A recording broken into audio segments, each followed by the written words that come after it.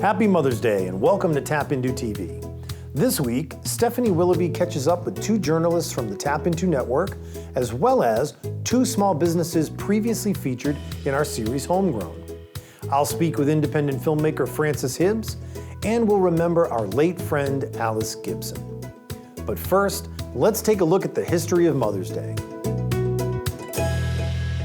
Commemorations to honor mothers and motherhood have been happening for centuries and can be traced back to the ancient Greeks and Romans, who paid homage to their mother goddesses. Today, tributes to mothers occur all around the world at different times of the year, but the American version of Mother's Day was started in May of 1908 by a woman named Anna Jarvis. After her own mother died, Jarvis believed a special day should be established to honor the sacrifices mothers make for their children. She began a letter-writing campaign, contacting the press and politicians alike to ask for their support to create a national day to celebrate mothers, while also expressing that American holidays were too much focused on men's achievements. After attracting the attention and backing of John Wanamaker, owner of Wanamaker's department stores, Jarvis organized the first official Mother's Day observance at a Methodist church in Grafton, West Virginia on May 10, 1908. Attendees wore white carnations, which was apparently the favorite flower of Jarvis's mother, and became the first flower associated with Mother's Day.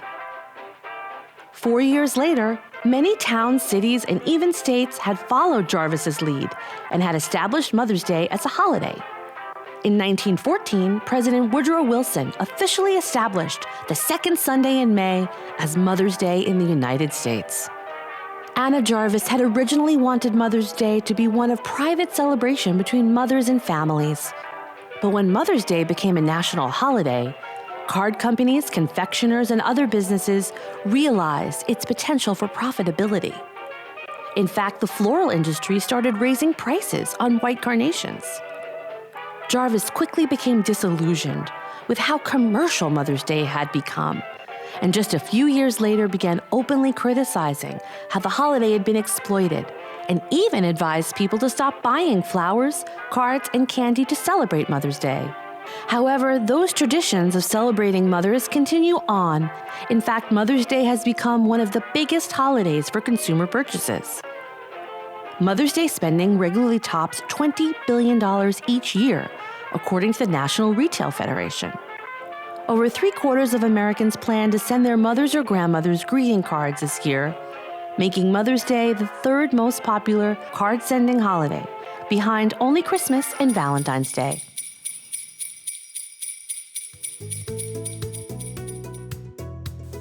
Next up, Stephanie Willoughby speaks with Maureen Burzak and Ashley Jankowski in our weekly news roundup.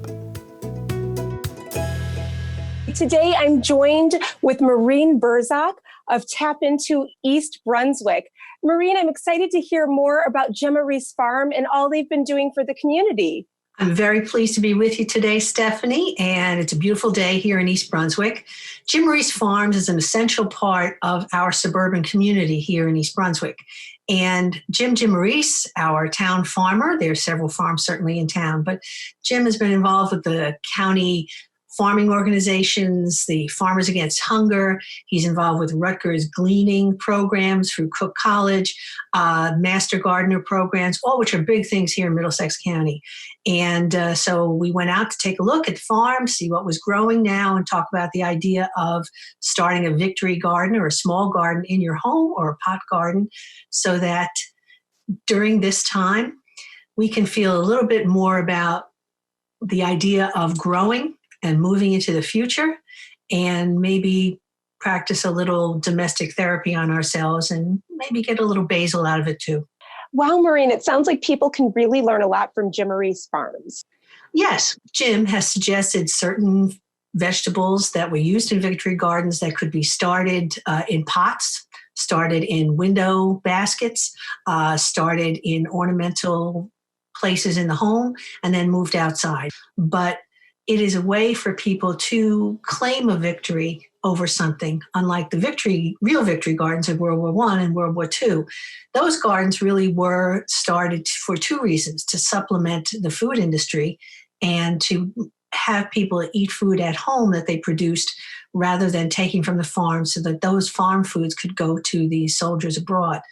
But a contemporary Victory Farm has more to do with the pleasure of growing, dealing with what's in season, eating according to the calendar.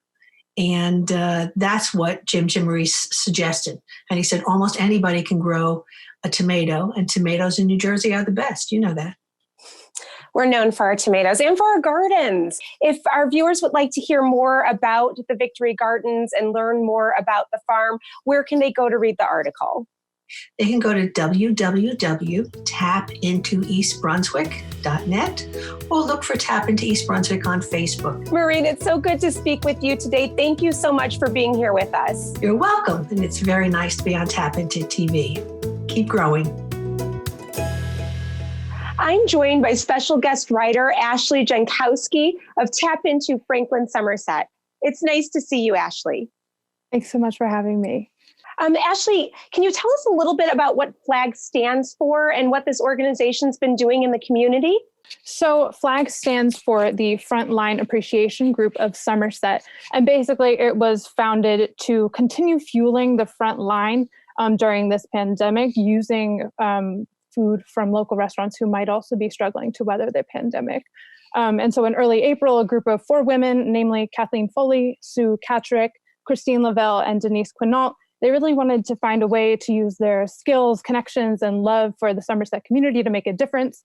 They started seeing some FLAG groups pop up around New Jersey, and they thought, hey, why can't we do this in Somerset? So they made a Facebook page, and in under 2 weeks, they had 1,200 community members join, and they raised over $17,000 in donations just in those 2 weeks. So it was a really fantastic outpouring of community support. It's really, that's incredible. And it's an incredible amount of people, and it's an incredible amount of money raised. It just feels like during this time, people are really looking to help in whatever way they can. And FLAG maybe gives them an opportunity to do so. Yeah, absolutely. And in addition to, I would say, these one-off financial donations, everyone is chipping in whatever way they can. You know, Girl Scout troops have donated cookies. Students that may have some extra time on their hands are making cards and notes that go to nurses alongside the meals. They call them personal pocket encouragements. There have been local businesses that are matching donations, offering 100% of their meals for free. And even some other local businesses have been doing their own fundraising efforts. So really, it's been this community-wide effort, and it's been amazing to watch. It was recently International Nurses Day. Can you tell us how FLAG of Somerset got involved? So FLAG actually reached out to 2 of our key hospitals in the New Brunswick area that they have been serving, and they asked them what would make the day the most special for these nurses. And one requested meals from all different areas of the Somerset community. So they were able to provide 500 meals to those nurses from very different multicultural spots that are local favorites, which was really exciting. And then another hospital actually requested cupcake delivery. So FLAG was able to deliver 600 cupcakes from a local bakery that has actually been struggling for business. So one, they were able to deliver this really sweet treat to nurses on this National Nurses Day. And 2, they were able to help this bakery who has been kind of having a tough time during the pandemic. Ashley, do you know how much money has been raised to date? Yes, to date, FLAG of Somerset has collected over $33,300 in donations, which helped them serve over 3,100 meals to New Brunswick hospitals and their front line. And in this effort, they also supported 35 unique local restaurants with over $20,000 in additional sales. So their impact is immense. Wow, Ashley, that's amazing. Thank you so much for joining us today. Thanks, Stephanie. TAPinto is a network of more than 80 franchise local news sites with more than 10 million readers. Bring local news to your community while owning your own business. TAPinto provides you with the training, support, and technology to help you build a profitable business. To find out more, visit www.starttap.net.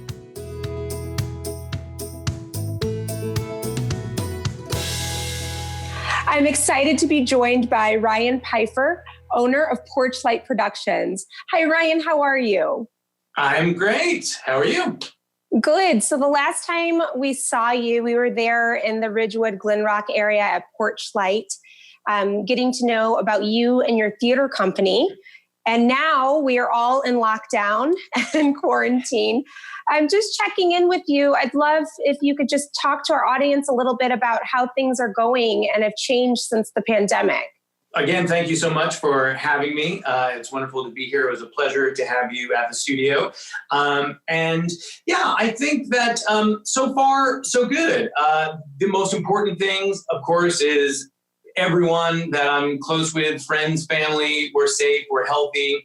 Our students are safe and healthy. So, that being said, a lot of great stuff has been able to happen in that we still have a business. We are still teaching classes. We are still running our programs. And due to the amazing, families that we have, the amazing students who are just so, so passionate and so caring and, just so dedicated to arts education that we've been able to continue a lot of what we've been doing in the studio. Obviously not the same way, but we will take it. We're, again, super happy to just be able to get up every day and continue to do what we love. That's awesome. How are you guys teaching the classes now that you can't be in the studio? Yeah, so we probably like a lot of other businesses, we use Zoom, and we actually, my wife is a web designer, so that's lucky for us that we have that at our disposal. And so she was actually able to create a entirely new online portal. So that way, when students log in, they will have easy access to all of the materials that we're working on, the music tracks, the scenes. And then so that way they can log in, they can review everything that we're going to be covering, the lesson plans, and then within that portal is also an easy to find link that they can just click, and then we sync up, and then we hold our class. And we've been doing that now probably for the last month and a half, and so far so good. Given that you guys are still doing the classes and the kids are still learning online, are you planning on doing any productions online? Yeah, so right before we left and we were quarantined, we were just about to embark on the production of Bonnie and Clyde. And we were going to schedule auditions and had kids enrolled. And we couldn't obviously do all that in the studio, so we brought it to the online, the Zoom, the virtual theater, and we've been in rehearsals now, and it's been going great. We did auditions, we have been learning the songs, we've been learning the choreography, they've been given roles, so it's really amazing that, again, if they believe it's possible, and we know that it's possible, that we can create anything, anywhere. So it's been really cool. That's fantastic. I wish you all the luck in the world with this. If people want to find out more about Porch Light and about all the great things you do, where would they find you? Yeah, well, we are at www.porchlightproductions.org, and you'll see everything there about all of our online classes and programs, private lessons, and we have lots of different workshops too throughout the week that kind of pop up, so there's new things coming. And then also summer, so we'll have some virtual summer programs available as well if we find ourselves within our four walls of our home. So wherever we are, wherever we need to be, we will come find you with some amazing programs and ways to just keep you educated, learning, and excited and connected. I'm so happy to see that you guys are thriving. The space that you create for the kids is so important. And it's important for like our worldview, not just for New Jersey, but for everywhere. So I'm glad that they get to take advantage of that and have classes with you. Ryan, it's so good to see you. Thank you so much for the positive update. And I hope things keep moving forward in a great way for you. Oh, thank you. Thank you so much. And again, I appreciate it. And I wish all of you the best. And thanks. Hopefully we will be able to do another interview soon back at Porch Light. I can't wait. It'll be awesome to see you. Thank you. You too.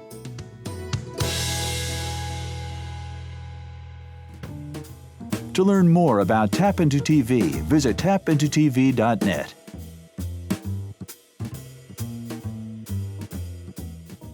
Hey, Tony, it's great to see you. Same here, Stephanie. Tony, the last time we were in Ridgewood, we were there at your shop, Mango Jam, and it looks like you're there today. I'm here today. Yeah, still a lot of work to do on my computer, so I'm here behind locked doors. Can you tell us a little bit about how things are going there at Mango Sure. Jam? Yeah, honestly, it's been very tedious now. We're going into our 7th week of lockdown. And unfortunately, we can only take phone orders and do home deliveries. The restaurants, however, are allowed to take orders and do curbside. So some of them are doing very well, thank goodness, because of the curbside deliveries. But retailers, unfortunately, can only do home deliveries. And unfortunately, they're few and far between. I'm up on social media. I actually just posted a video. Mother's Day is very important for us. It's our second best holiday. And we're going to lose that business this year, no question about it. I'm so sorry to hear that. I know so many people are going through similar feelings with their small businesses. Tony, I know that Mango Jam means so much to you, and I know that the town of Ridgewood means so much to you. Can you talk to us a little bit about how things are going with the guild and how the town is doing? Sure. Ridgewood is doing the best we can to supply food and meals to our frontliners and supporting our nonprofits. The guild has made donations to Ridgecrest Senior Center, Valley Hospital. Next week, we're doing social services, getting them food, cleaning supplies, whatever they request. Ridgecrest had requested Boost and, things like that for the seniors. So with that, our community spirit we're still carrying on with a great community spirit. It is so eerie to be driving around these towns that are normally bustling with people and energy, and the music fest that I was at just in September when we were visiting you. So it is really like almost just it's just very different. Yeah, it's a different kind of vibe right now. Right now, yes. And we're kind of working behind the scenes. I also just had a Zoom call with our library. The library is like the hub of Ridgewood. They're terrific, to see what message we can get out to the community to support our businesses more. So that's in the works as well. But, it's been very slow and tedious, like I said. Had a Zoom call with the mayor and some local community leaders the other day. And what we have planned is, hopefully, if this will work for July, August, and September, we're thinking of partially closing Ridgewood Ave and South Broad Street and creating a pedestrian walkway. In that way, retailers and restaurants could put additional tables outside, because when we start getting back to the new normal, restaurants are going to have to delete some of their tables inside and outside because there's just too many tables. And as you know, we're still going to have to practice social distancing when we open. So if we can pull this off with the pedestrian walkway, it'll create many more tables out in the street. We'll practice the social distancing. We at the Guild will expand our music in the night from Fridays to Saturdays as well. So hopefully that'll help tremendously. Well, Tony, I'm just so happy to get to speak with you. I'm glad that you're healthy and doing well. Thank you so much for speaking with me today. Thank you, Stephanie. Hopefully we'll meet in person the next time we talk. I hope so. To watch more TAPinto TV videos, subscribe to our YouTube channel at TAPinto TV.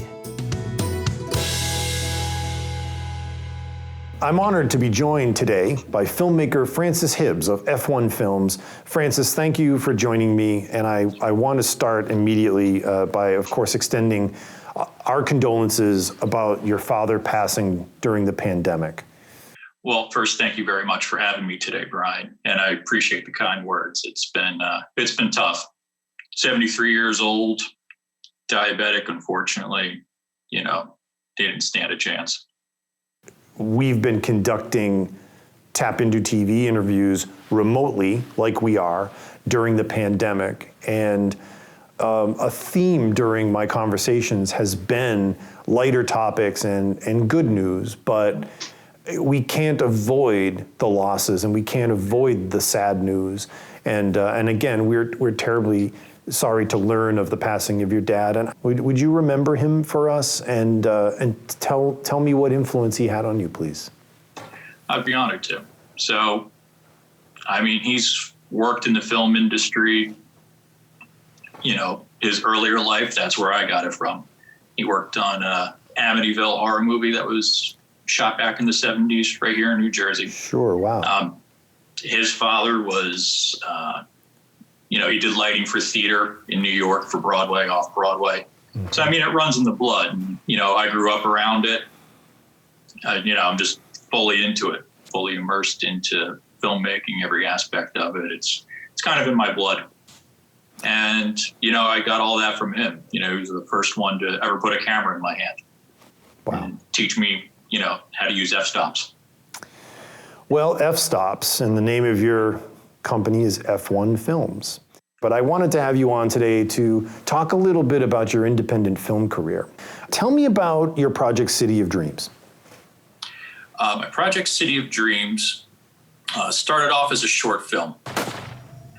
Played in the festivals, great response. I think there's like so many more levels to that story to explore, you know, focusing on each character, their backstories. You know, it does have like a dream element mixed with a film noir. You know, creatively, you can go various different places and, you know, keep the people engaged, be entertained by something, you know, you've never seen before, I feel. Can people see this online, or is there a place people can check that out? On my YouTube channel, I'll be posting it up. It just finished its festival run. So within the next week, you know, I'm going to start posting up on my Instagrams at F1 Films to go watch it on my YouTube channel, which is also F1 Films. So during the pandemic, I mean, of course, again, you've had loss in your family, but I'd like to ask people, what does the world look like outside your window? You know, what's your environment like? What's your neighborhood like? It's a mix. Lots of people, for the most part, take it seriously. Everyone's wearing masks and all that, and you have an equal amount doing the opposite. So you couldn't even tell there's a pandemic going on. Like there's still construction going on, work going on, all that type of stuff. Yeah. You know, obviously restaurants are closed here, but it's something I take very seriously, obviously. Of course. I mean, certainly the pandemic has affected the film business, you know, the film and television business. Yes. What's your prediction? You know, what's the future going to hold for film and television production? What do you think? I mean, it's going to be a while. I think we'll really know what's going on come the fall, whether this is going to be here for a while or it's going to pass. But I think people are going to be eager to get back to the theater. Netflix and Amazon clearly doing very well. Yeah. But I mean, there's always room for content. And I think it's going to change in ways that we can't even imagine right now. True. But as filmmakers, we're always going to be creating. There's always going to be a market for us. It's just going to be a different landscape, I think. Last question, we'll wrap it up. If I gave you the blank check, right, and you were going to make the film of your dreams, do anything you want, what would you do? That's a good question. Didn't see that one coming. No, you got me on that one. I don't have an answer. I'd make all of them. I have at least 5 or 6 concepts. I could make all of them within that whatever budget. I like that answer. It's not one film. I'm going to do them all. I would do them all, and you'd probably have money coming back to you. Wow, it's amazing. Listen, Francis, thank you for joining me. And again, from everybody here, we're so sorry to hear about the passing of your father. I am very honored to be here today. It was a great experience, and thank you very much for having me, Brian. We'll catch up soon, and please stay safe and healthy. Thank you. To watch more TAPintoTV, follow us on social media at TAPintoTV.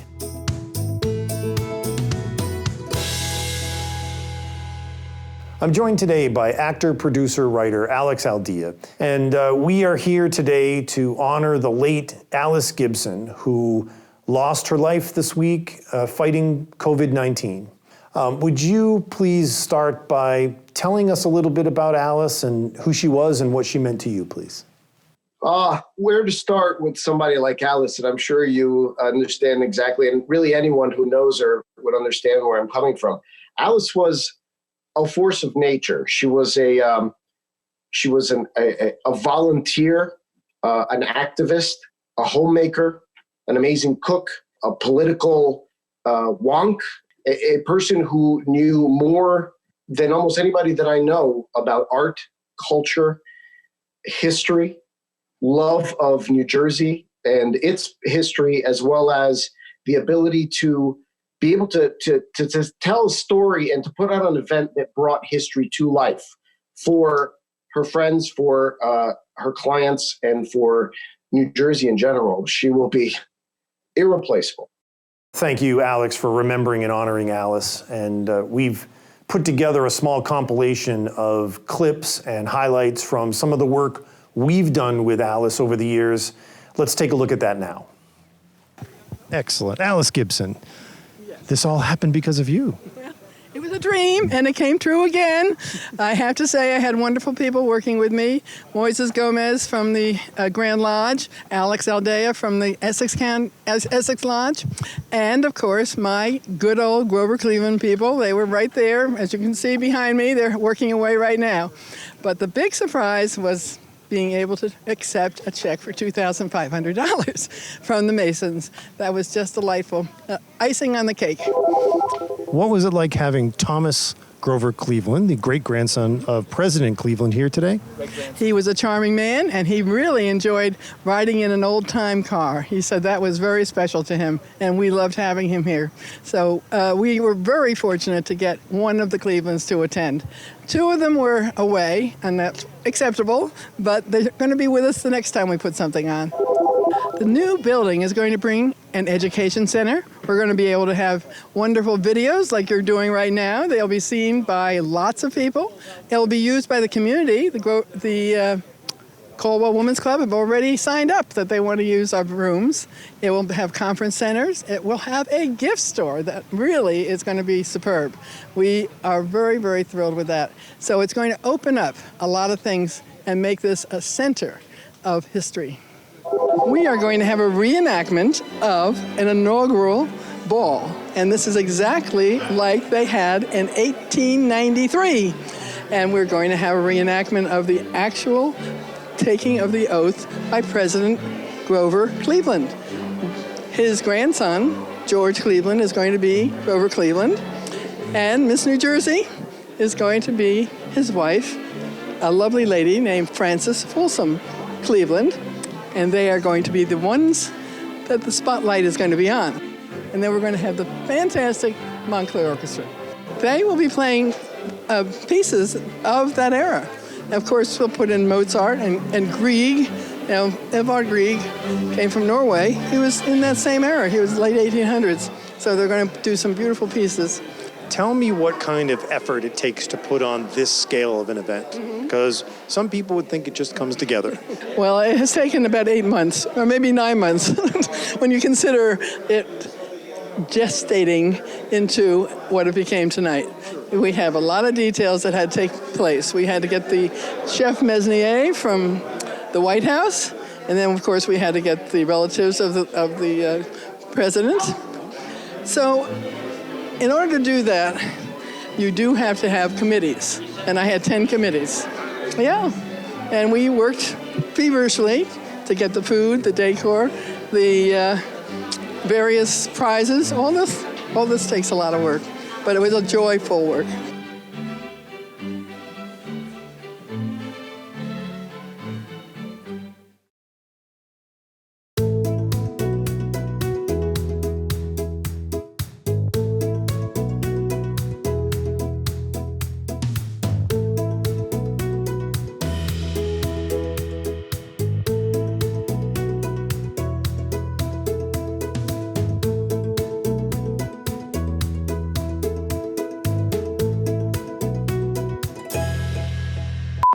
The Grover Cleveland birthday. Okay. All right. Come on. Well, Take two. No. All right, come on down to the Grover Cleveland carriage. Quiet on the set a minute. Thank you very much.